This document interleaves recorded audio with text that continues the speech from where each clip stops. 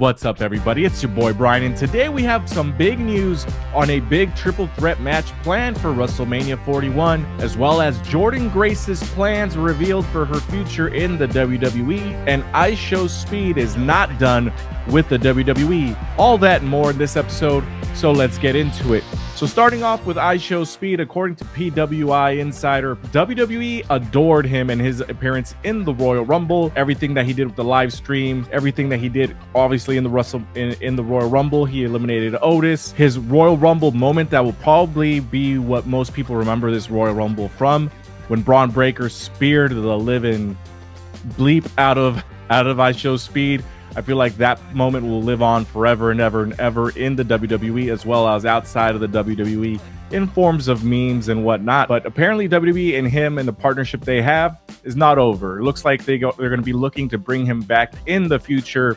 It is unknown if they're going to bring him back as like a Logan Paul type wrestler. It's just a celebrity that comes back every so often to be somewhat involved.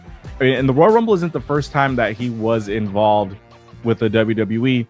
He was also involved in that WrestleMania spot with the Prime bottle, with Logan Paul jumping on top of him on the table, which was one of the most memorable pieces of that WrestleMania, as well as the Prime bottle being smashed by Logan Paul.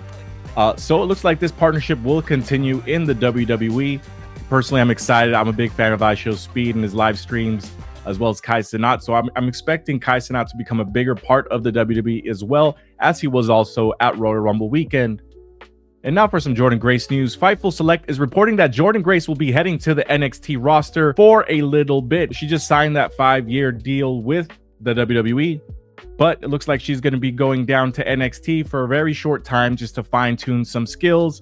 Honestly, I think that's going to be not really ring work, but more as in like camera presentation work, because being in TNA, you do get a lot of that one-on-one TV works. You did get that entertainment part of wrestling, right? Like when to pose for cameras and everything like that. But it does not compare to what people do in NXT. Over there, you're working with Shawn Michaels, you're working with Triple H on how to create your entrance, how to hit your spots, hit the camera, do this move for here. It'll mean a lot more. So I think it's going to be more entertainment based ring work, or entertainment based fine tuning that she'll be having, because I mean, she always looking great at the Royal Rumble. She was looking great on NXT. It just seems like they want to get a little bit of those things just hammered down before she eventually hits up for the main roster. But I agree, she should not be in the NXT roster for long. She should be called up as soon as possible, maybe as soon as the night after WrestleMania. That's about 2 months away. So you could see her kind of just having her last match in NXT at Stand and Deliver, and then that Monday being drafted or showing up on SmackDown or Raw. I honestly think that would be best for her, because her star power needs to be on SmackDown or needs to be on Monday Night Raw. Just imagine, she's definitely a specimen to look at just physically. So expect to see big things from her in the WWE when she makes it to the main roster. And speaking of WrestleMania weekend, a PWI Insider is announcing some plans that WWE has for one of the main events, or it could be just one of the blow-off matches in WrestleMania 41, and that is CM Punk versus Seth Rollins versus Roman Reigns. Of course, CM Punk and Seth Rollins feud is well documented. Same with Seth Rollins and Roman Reigns, but we did see a spot in the Royal Rumble that kind of set up CM Punk and Roman Reigns. Looks like these two men are going to want to get their hands on Seth Rollins, who has developed this new type of character, not really a baby face, but also not really a heel. And we're going to get this face off at WrestleMania 41, according to PW Insider. I honestly think it would be a great match to see. I remember the last time Seth Rollins and Roman Reigns had a match, I believe was at Royal Rumble, where Seth Rollins ended up losing with some help from the Bloodline. But that was kind of like the last time we saw them really interact, besides WrestleMania, when Seth Rollins helped Cody Rhodes defeat Roman Reigns for the title. We saw that kind of come to a head at Royal Rumble, where Seth Rollins is actively trying to take out Roman Reigns.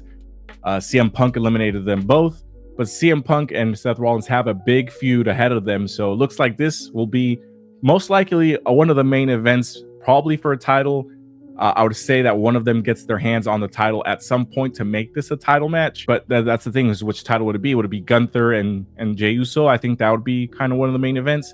But Cody Rhodes, I would hate to see these three men not be in the main event at WrestleMania. especially because CM Punk fought for the main event spot for a long time. And I feel like seeing Roman Reigns not in the main event at WrestleMania would be really weird.